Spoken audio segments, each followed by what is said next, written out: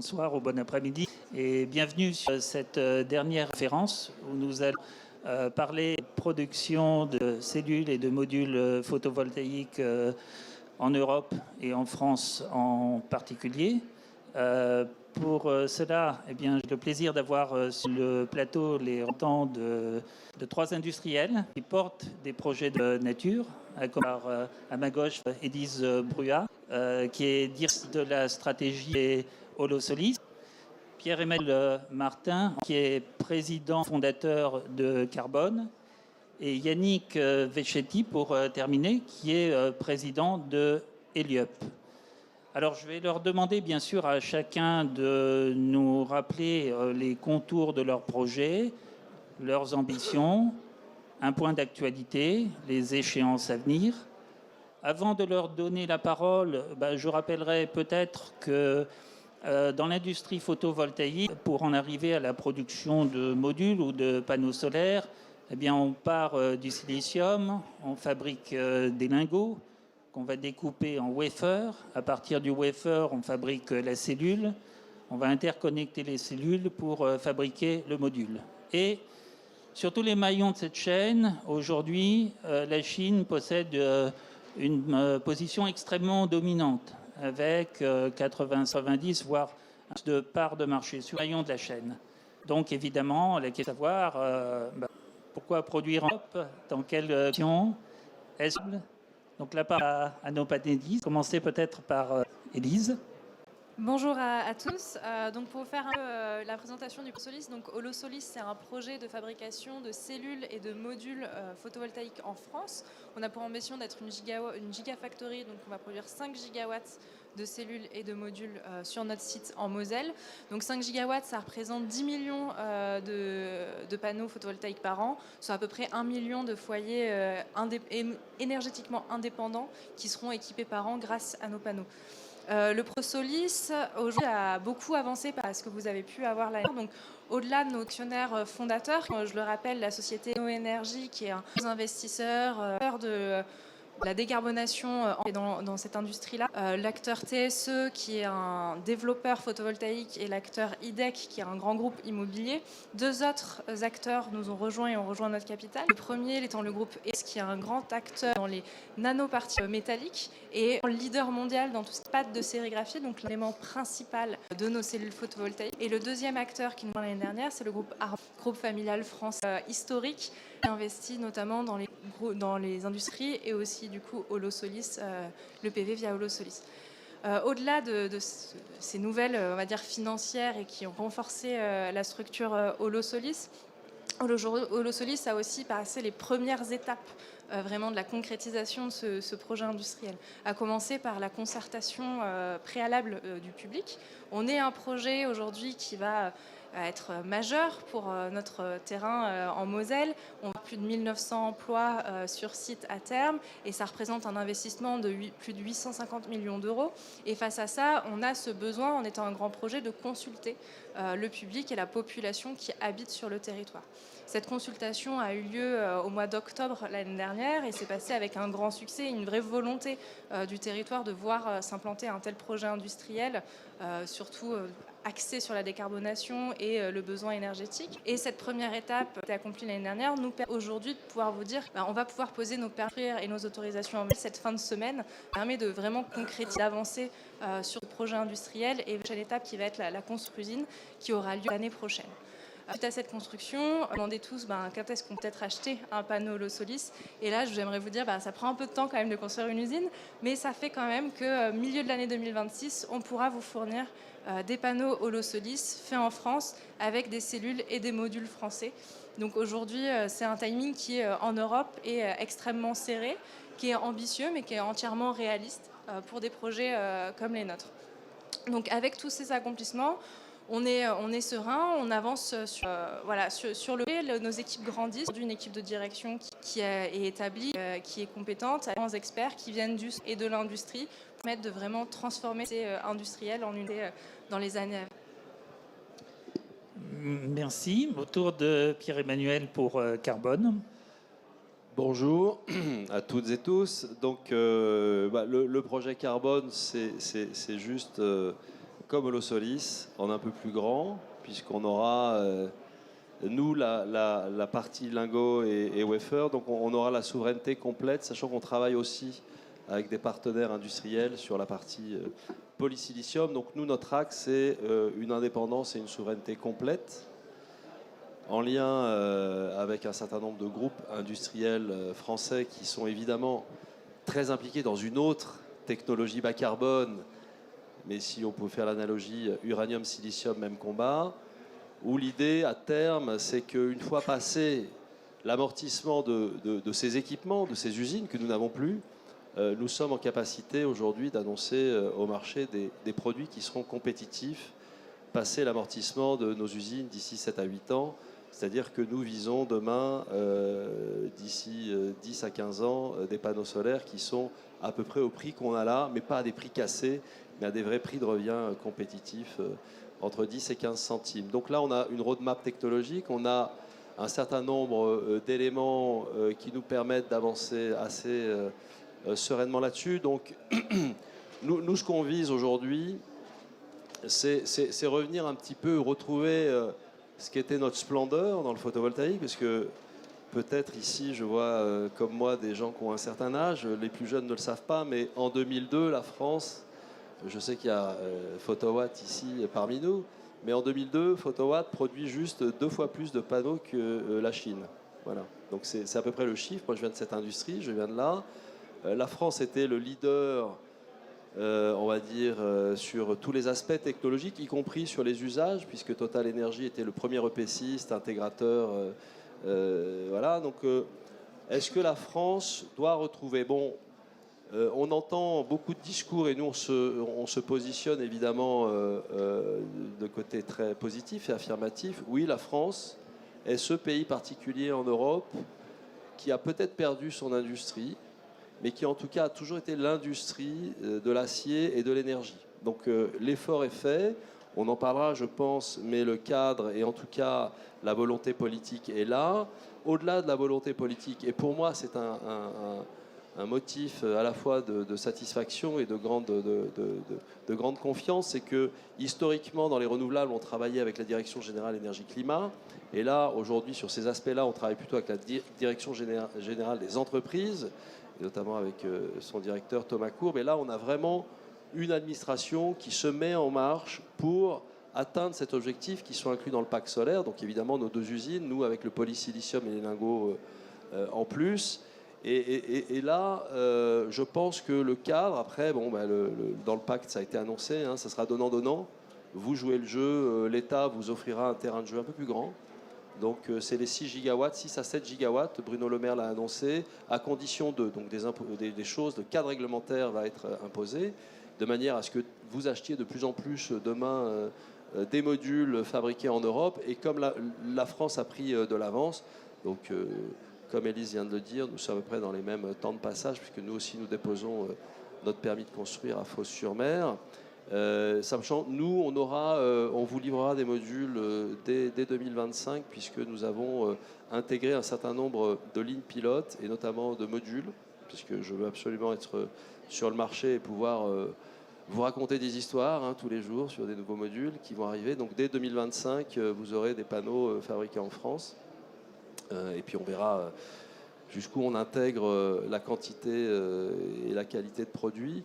Mais l'idée est vraiment que la France, l'Allemagne était attendue, juste si je peux me permettre, l'Allemagne était attendue comme étant le lieu où va se réindustrialiser l'Europe. Ils ont raté la marche, voilà, ils sont plantés. Et donc nous, en France, on a de l'avance. On a la chance d'avoir peut-être un tissu industriel qui était plus faible, qui va souffrir, on est désolé pour eux, mais bon, le cadre n'est peut-être pas très adapté. Mais là, on a vraiment une verticale du président de la République qui est venu 2 fois sur le port de Marseille et nous a fait l'honneur de nous mettre en avant avec Rodolphe Saadé, le patron de CMA-CGM, qui est notre actionnaire. Et là, on a vraiment du président jusqu'au ministre et jusqu'à l'administration, jusqu'au plus agent territorial. On l'a aussi, voilà, on sent vraiment une action commune, une ambition assez alignée, et ça c'est motif d'espoir. Et donc voilà, après à vous de jouer le jeu, hein.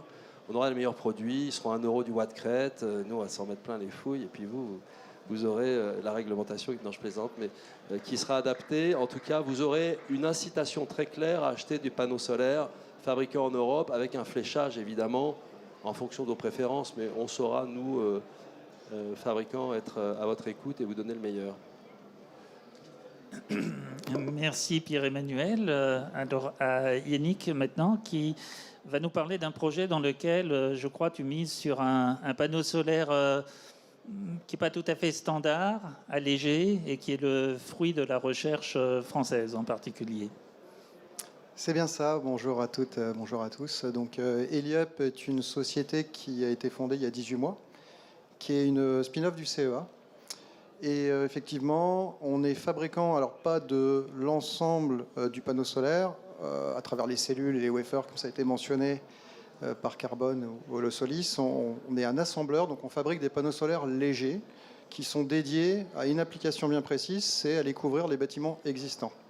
Et les grandes toitures de bâtiments commerciaux, industriels, les entrepôts logistiques aussi.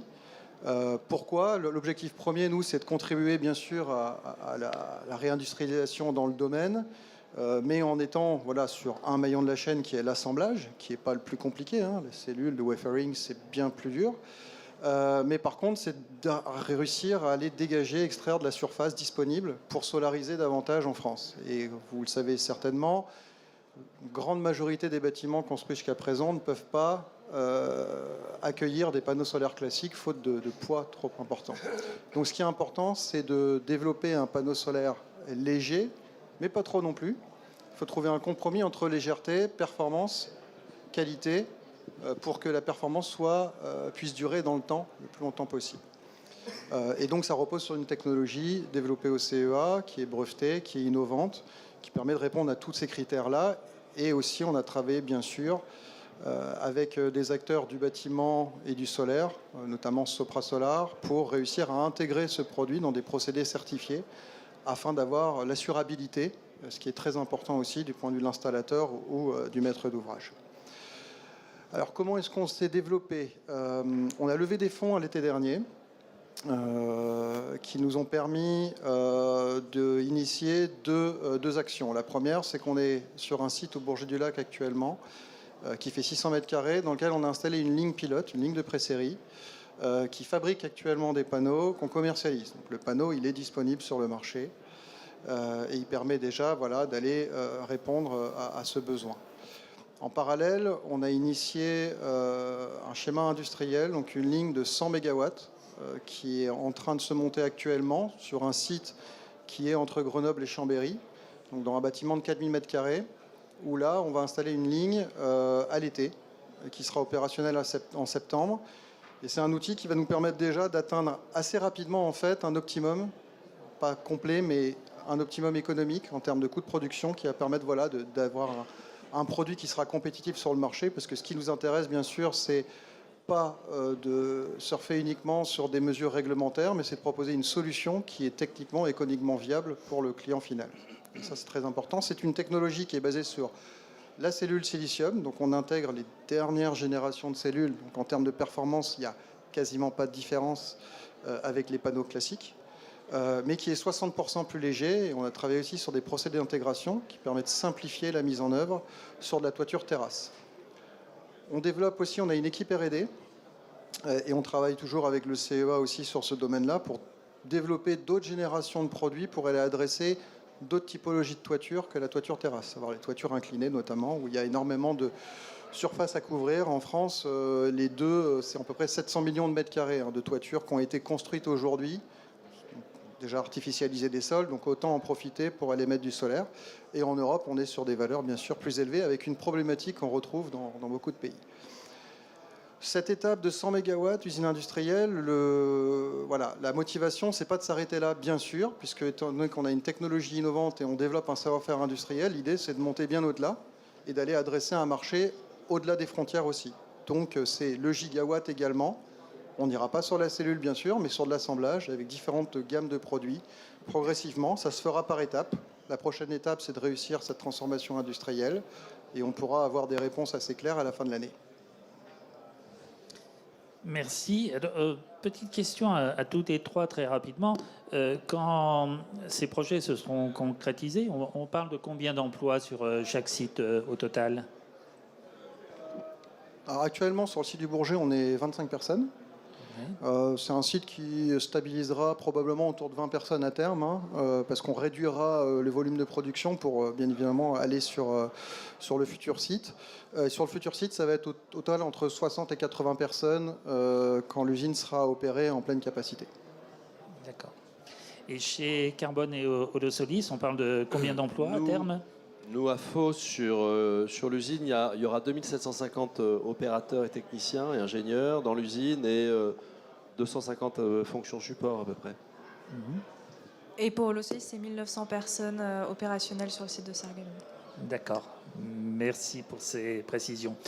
Bon, alors c'est super. On voit là des projets qui se dessinent, qui avancent, avec des capacités de production de cellules et de modules sur le territoire français. Alors, la question que tout le monde se pose, c'est, au fond, est-ce que les conditions sont réunies pour qu'il y ait pour que ces projets-là soient viables, pour qu'il y ait une renaissance de cette activité industrielle en France et en Europe? Alors, qu'est-ce que vous pouvez nous dire à ce sujet? Alors, je vais commencer. Les conditions sont réunies. On va dire que d'un point de vue macroscopique, oui. La nécessité de reprendre en main le bazar, oui, elle ne fait plus de doute. Différents événements liés au Covid, la crise de l'énergie, la guerre en Ukraine, enfin tout ça a précipité le mouvement et sorti l'Europe un peu de sa naïveté, commerciale. Donc là aujourd'hui, on sent effectivement qu'un certain nombre de choses, et on travaille à ce qu'un certain nombre de règles, de nouvelles barrières et de nouvelles pratiques soient mises en place qui permettent après dans chaque pays de revenir et de recouvrir sur sa souveraineté industrielle. Donc ça prend du temps, donc on ne le voit pas forcément, mais nous on travaille dessus, donc on le voit, oui. Après, concrètement, on a la chance d'être en France, ou peut-être c'est le pays où il y a toujours eu, sur le solaire photovoltaïque, enfin vous l'avez vu, je pense que je parle à des connaisseurs, mais entre le bilan carbone, les critères innovation, les petites choses très spéciales, les bonus participatifs, la France est le seul pays qui a toujours voulu privilégier ces industriels existants et puis voir, voilà. Donc on a quand même un pays qui profite du fait que l'Europe autorise aujourd'hui les pays membres à sortir du carcan très, très, très compliqué des aides d'État hein, sur le marché intégré. Donc là, on va dire qu'il y a un mouvement général. Voilà. Après, est-ce que le mouvement particulier de notre pays, oui, on a des choses qui se mettent en place. Donc moi, j'ai parlé de l'Induscore, qui pour nous est quelque chose de très important. Donc on a longtemps travaillé sur la question du bilan carbone. On s'aperçoit que finalement, le bilan carbone, tous les pays sont engagés dans la décarbonation. Donc à un moment donné, on peut espérer que d'où que vienne un panneau, il vienne d'une origine décarbonée. Donc c'est pas forcément le bon instrument. Le bon instrument, c'est le contenu local. En fait, est-ce que l'usine est là ou pas? Et donc c'est ça l'Induscore. Il va arriver, on travaille. Et là, il y aura un cadre réglementaire qui sera plus ou moins favorable en fonction de l'origine et la quantité de phases industrielles qui seront ou non contenues dans... Voilà, on aura un Induscore comme le Nutri-Score, hein, de A à E. Voilà. Et donc là, il y aura un gros travail, en France en tout cas, et qui est complètement cohérent avec ce que fait l'Europe. Donc la France, là, pour le coup, est le bon élève. Elle a fédéré aussi, on a fédéré de la même manière que la France a fédéré une alliance des pays du nucléaire. Elle participe énormément à la fédération de pays pour une alliance pour le solaire. Donc faire en sorte que voilà, les marchés européens soient protégés dans un objectif global, oui, parce que ça c'est le point de départ quand même. C'est pour ça qu'on est hyper optimiste, c'est qu'en 2030, 40% minimum des panneaux qui seront installés en Europe, c'est-à-dire on parle quand même de 40 à 50 gigawatts par an, sachant que l'année dernière on en a installé 56, 40 à 50 gigawatts de panneaux installés chaque année en Europe devront avoir été fabriqués en Europe. Voilà. Donc ça c'est un marché qui est énorme. Un cadre réglementaire va être adapté pour pouvoir justement aller vers cet objectif et qui, si on regarde l'histoire des énergies renouvelables auxquelles moi j'ai participé en Europe depuis 25 ans, c'est à peu près la même chose. On a un objectif global, les pays font à peu près ce qu'ils veulent au début, puis petit à petit ça va se resserrer et se contraindre. Donc, ce qui veut dire que dans 3 ou 4 ans, chaque pays aura l'obligation sur les appels d'offres publics, blablabla. Donc on sent vraiment souvent, et là, oui. Alors après, on peut parler de la loi industrie verte, les 200 millions d'euros de crédit d'impôt qu'on va avoir, etc. Mais voilà, le cadre est là. Alors après, il est lent. Pour les acteurs existants, c'est un peu plus compliqué. Alors, la semaine dernière, les ministres Bruno Le Maire et Roland Lescure ont annoncé un paquet de mesures de soutien à l'industrie et à la filière photovoltaïque, quelque chose qu'on a appelé le pacte solaire. Parmi les mesures annoncées, qu'est-ce que vous retenez, Élise ? Alors déjà, il y a la partie de l'Induscore qu'a détaillé Pierre-Emmanuel qui est très importante, mais au-delà de ça, c'est aussi un calendrier qui est affiché. Donc aujourd'hui, on peut parler que dès l'été, cet été, il y a une volonté de renforcer tout ce qui est les bilans carbone pour vraiment pouvoir aller vers un contenu qui est plus propre, plus européen et favoriser justement cette production locale. Donc c'est un début d'action court terme aussi pour les acteurs existants, mais aussi pour nous, pour les futurs acteurs pour pouvoir nous implanter. Au-delà de ça, Pierre-Emmanuel l'a aussi mentionné, mais il y a cette partie critères liés au Net Zero Industry Act, le NZIA, qui pose certes cette volonté d'avoir une production en local et une production européenne, mais surtout la possibilité de rentrer dans tous les appels d'offres des critères hors prix. Donc vraiment, le bilan carbone en fait partie, mais ça va être aussi tous les critères qui pourront aider un contenu local pour vraiment avoir des panneaux faits en Europe, installés en Europe. Et ça, ces critères du NZIA, ils vont pouvoir être mis en place dans les appels d'offres dès 2025. Donc c'est vraiment en lien et direct avec les plannings de production qu'ont les gigafactories aujourd'hui et ce qui va nous aider à vraiment avoir ce marché prêt.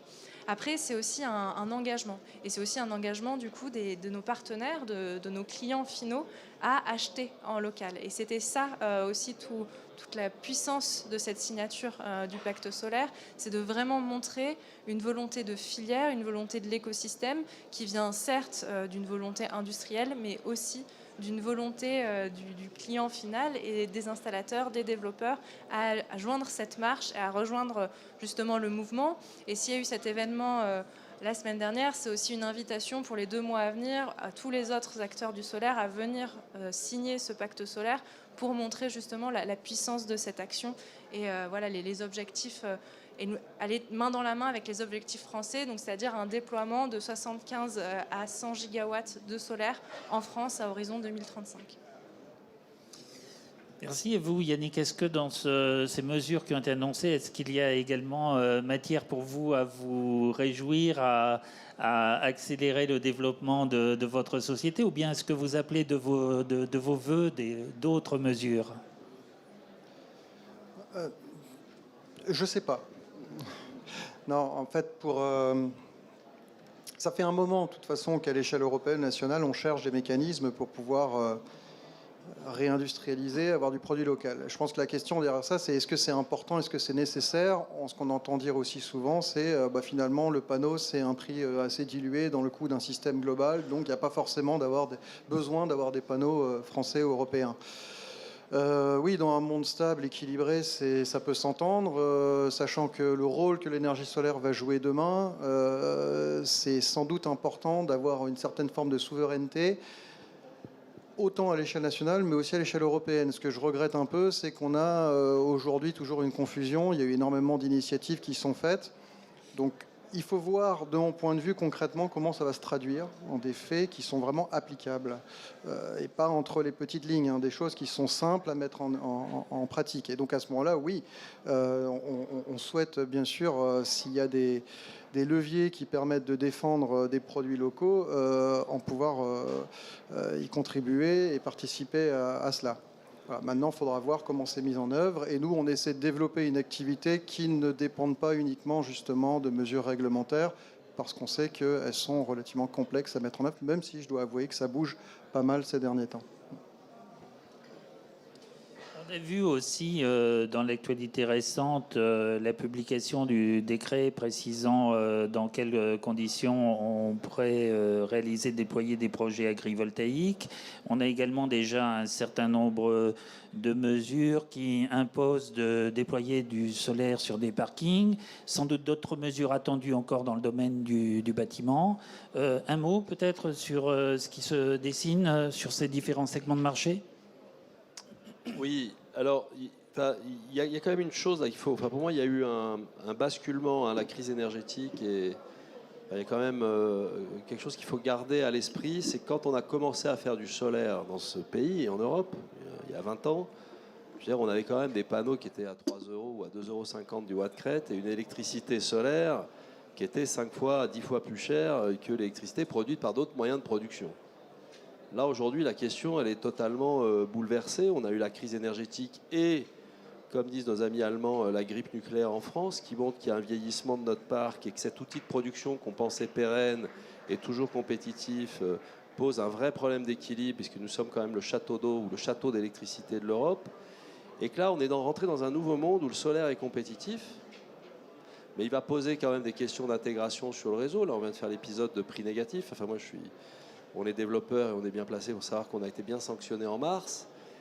Et là-dessus, il va y avoir, c'est une énergie extrêmement sérieuse. Moi, donc, je reviendrai sur le parc solaire. Pour moi, le parc solaire, c'est d'abord la prise en main par le ministère de l'Industrie et de Bercy du bousin. C'est-à-dire qu'avant, c'était quand même le ministère de la Transition écologique. Donc, on avait quand même l'idée d'une énergie propre, douce, écologique, qui doit s'imposer face aux gros méchants du pétrole et du nucléaire. Là, non, c'est une question industrielle avant tout et sérieuse. Donc c'est ça le pacte solaire, c'est 2 ministres qui sont en charge de la conduite de la politique énergétique de la France, qui disent attention, vous, acteurs, je suis aussi développeur, donc ça peut m'embêter, on ne fera du solaire en France et à gros volume, parce que ce pacte, c'est donnant-donnant.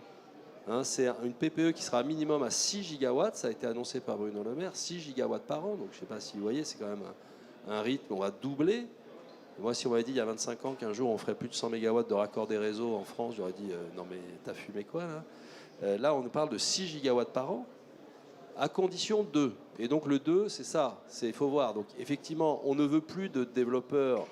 Donc là, c'est là où on est un peu schizophrène quand, comme moi, je suis développeur, parce qu'on est bien placé pour savoir qu'il y a quand même une addiction au panneau pas cher. Hein. On ne peut pas faire autrement. Et le panneau pas cher, c'est du panneau chinois. Et donc, il va falloir comprendre que l'État français n'acceptera plus demain qu'il y ait des panneaux bas de gamme, qu'il y ait des sous-produits et de la distribution qui va chercher, comme on va chercher des robinets ou des pommeaux de douche au Vietnam, en Indonésie, et puis on les vend sous une marque en disant marque française de distributeur, et puis faites ce que vous voulez. Non, on parle d'énergie, on parle de souveraineté, on parle d'inclure dans le... On va nous donner, à nous développeurs et petits opérateurs, le soin de produire cette énergie pas chère dont la France a besoin, et ça va poser des problèmes d'intégration au réseau. C'est-à-dire que plus il y aura du solaire, plus il y aura des besoins d'équilibrage, de flexibilité, et donc il va falloir que chaque petit opérateur, quelque part, on lui délègue un peu la question du service public, la question de l'intégration d'une énergie qui doit être compétitive. Et donc c'est ça le PAC, c'est la naissance de donnant-donnant.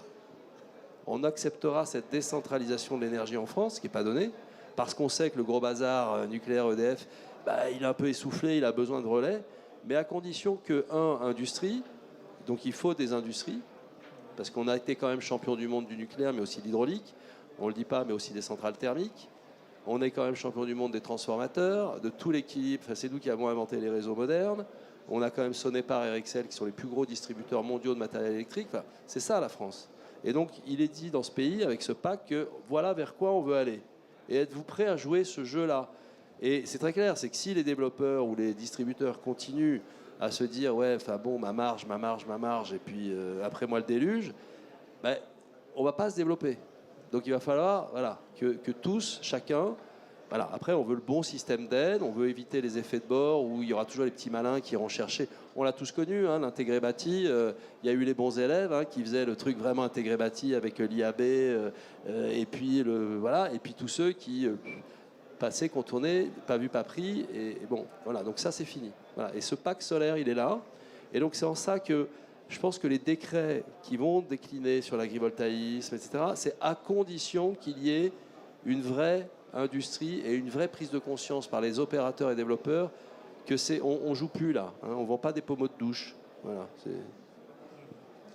Oui, je crois que merci de cet exposé qui permet de bien clarifier les enjeux et la nature de ce pacte solaire. Sur les décrets spécifiques au segment de marché, Élise, un mot peut-être sur ce qui se dessine du côté du bâtiment? Ouais, alors vous n'êtes probablement pas sans savoir qu'il y a eu des décrets sur tout ce qui était les solarisations des parkings. Donc ça, c'est des choses qui sont en cours, où il y a eu des extensions aussi qui vont permettre voilà, d'étendre ce marché et aussi d'avoir accès justement à ces gigafactories françaises sur ce marché des solarisations parking.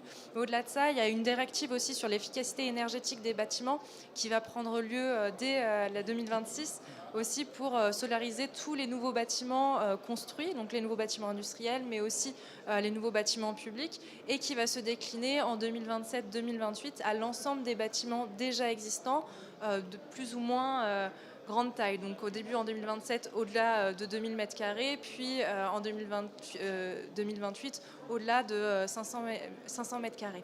Donc ça, cette directive, c'est vraiment une ouverture de marché aussi, couplée au pacte solaire, couplée aux engagements du NZIA, qui vont permettre aussi la sécurisation d'un marché pour les acteurs européens et les acteurs français, et aussi accéder, par exemple pour Yannick, avec ses modules légers, aux bâtiments 2027-2028 qui ne peuvent pas supporter le poids des panneaux classiques, et du coup d'avoir cette porte-là pour les innovations et l'augmentation aussi de ces marchés-là. Alors, à ce stade de notre conférence, je vais me tourner vers l'audience, vers la salle. Est-ce qu'il y a des questions dans la salle? Alors, plusieurs questions. Commencez par monsieur et vous, madame, ensuite. Merci.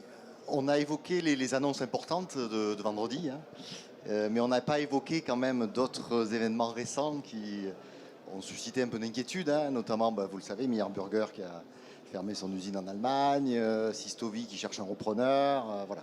Donc on voit qu'on est dans un contexte qui est difficile, et vous l'avez dit, la marche est très très haute.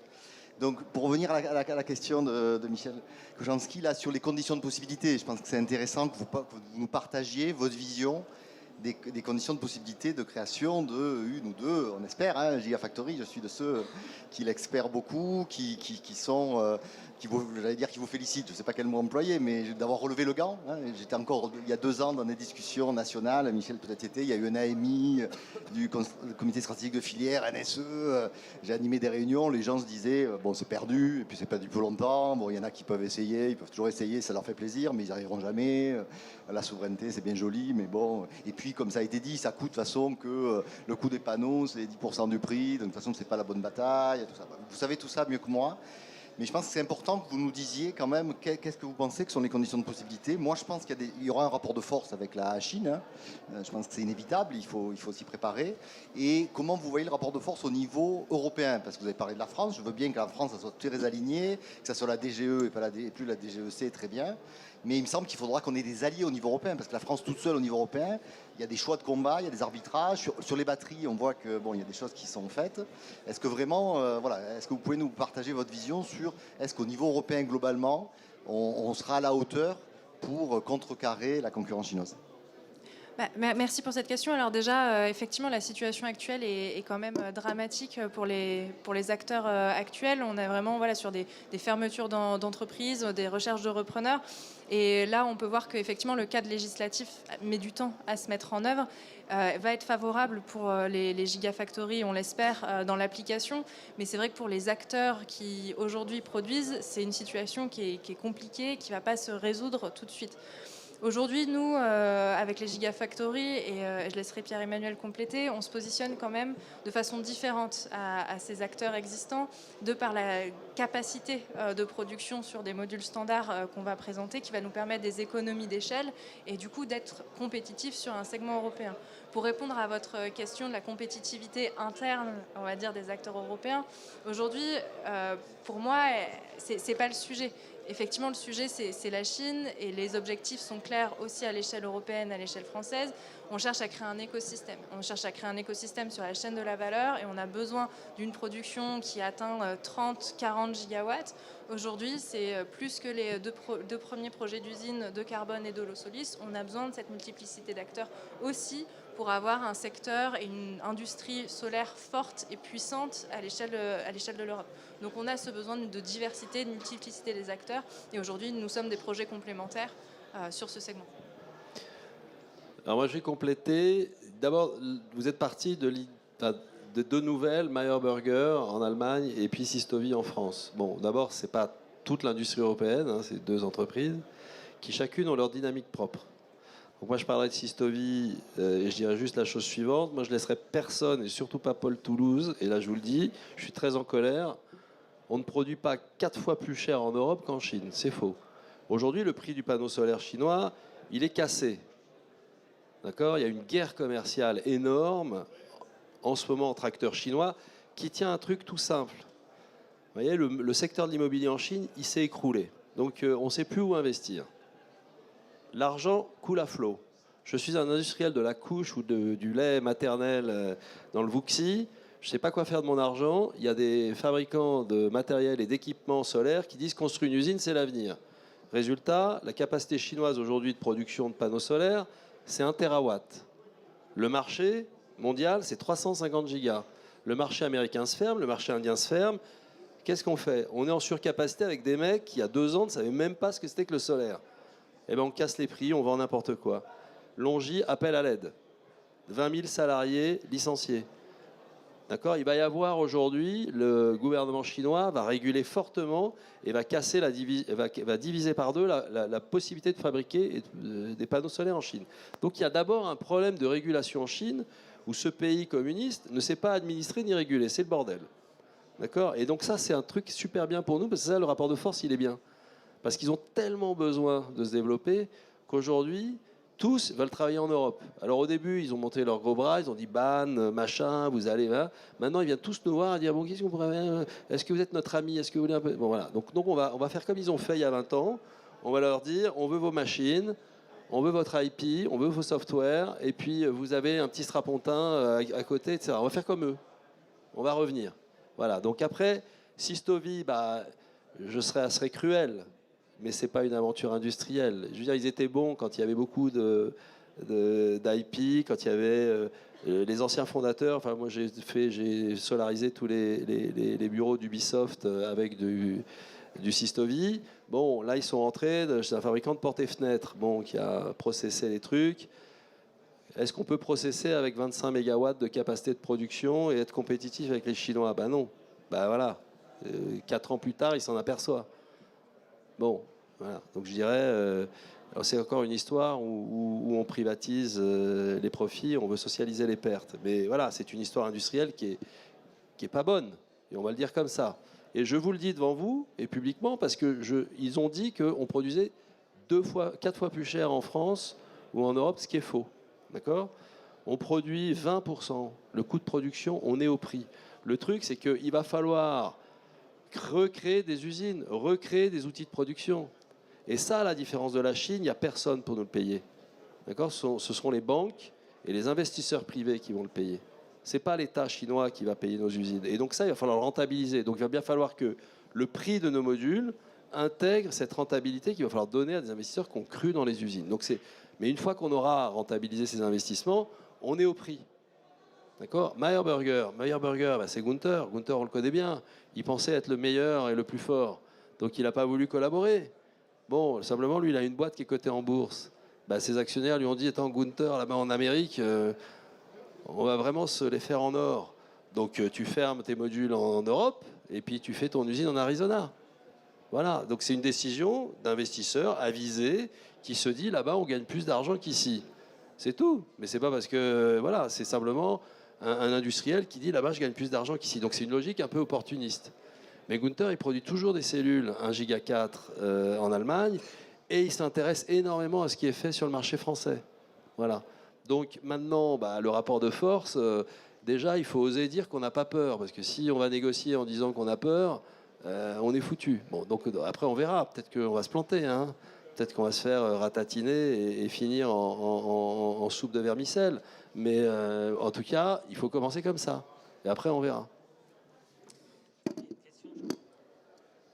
Oui, merci. En fait, c'était un peu la même question, mais je voudrais juste peut-être, du coup, on a vu effectivement Longhi, il me semble qu'ils ont, alors effectivement, qu'ils ont peut-être des problèmes, ils vont licencier peut-être, mais ils ont aussi prévu, annoncer il me semble, des usines de 50 gigawatts, voire 100.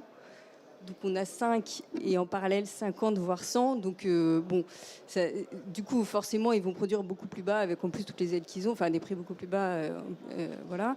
Donc tout ça, ça inquiète quand même. Et il me semble qu'il n'y a pas que Meyer Burger et Sistovi. Il me semble qu'il y a aussi des Autrichiens aux Pays-Bas. Donc j'ai plus en tête de fabricants qui ont lâché l'affaire. Donc quand même il y a un climat qui est un petit peu inquiétant. C'est pas des novices Meyer Burger, même si c'est peut-être opportuniste, mais quand même ça veut peut-être dire qu'il y a un peu un stress. Est-ce que vous sentez que les banques sont un peu plus frileuses? Mais je vous m'adresse aussi à vous, tous les trois. Je sais pas. Est-ce qu'il y a quand même moi, je suis très contente du pacte solaire, tout ça, mais je me dis, est-ce que ça va suffire? Est-ce qu'il va falloir, en plus, toutes les mesures de protection peut-être européennes dont on parle depuis longtemps?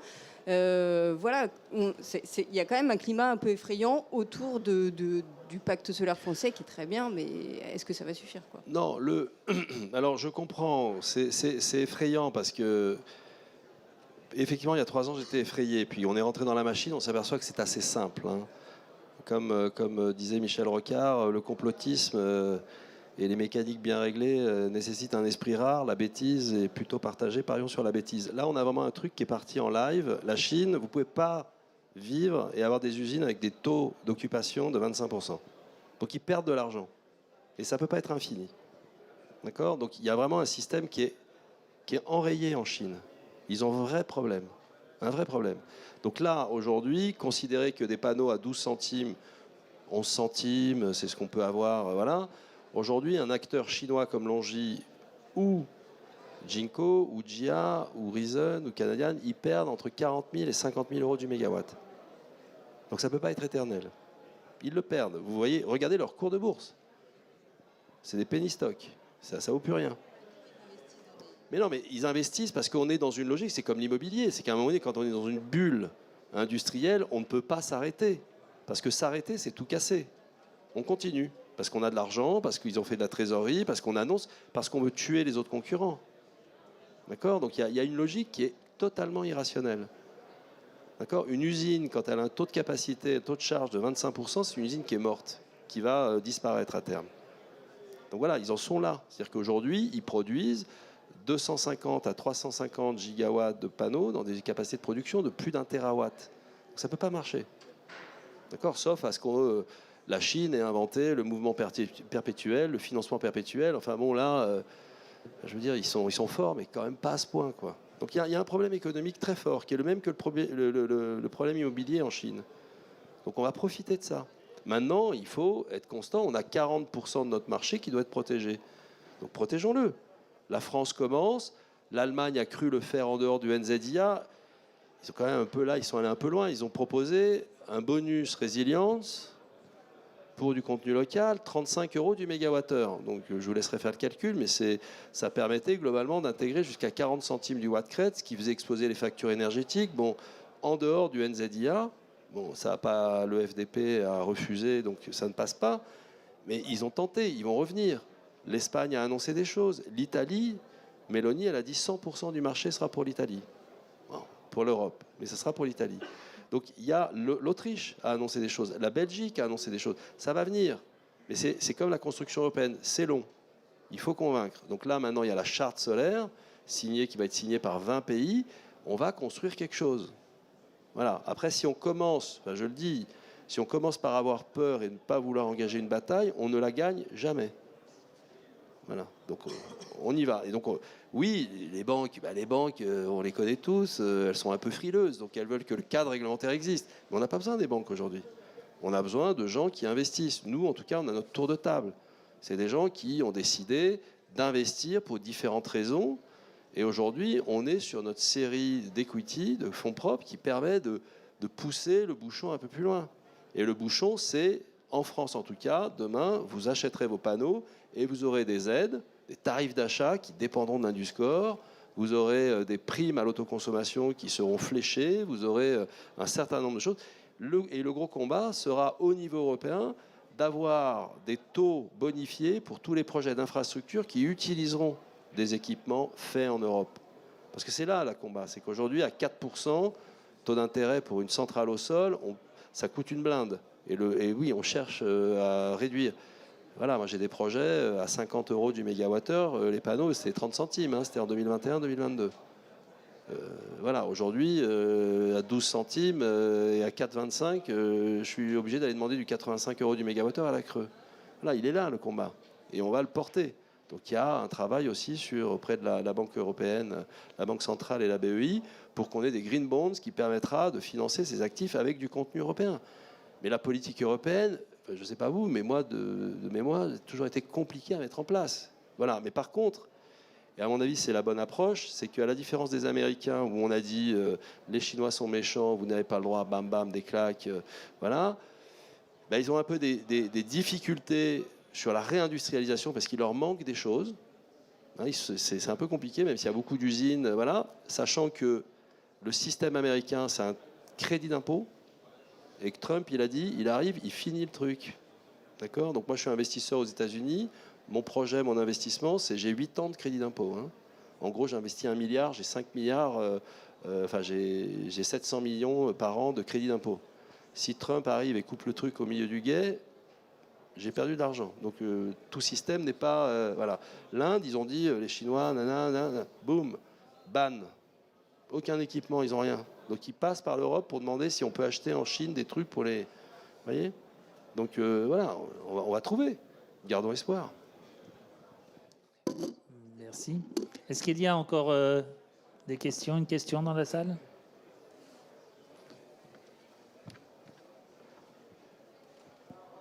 Une question, M. Martin, concernant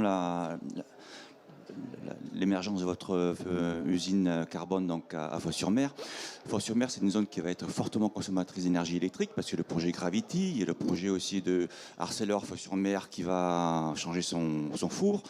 Est-ce que vous avez obtenu des garanties d'EDF et surtout de RTE pour avoir suffisamment d'énergie électrique pour votre entreprise ? Alors ça, c'est effectivement une question très technique. Donc nous, on a effectivement sur la zone... Donc pour bien que vous compreniez, il y a à peu près 1200 MW de capacité disponible aujourd'hui et il y a à peu près 5 gigawatts de demande.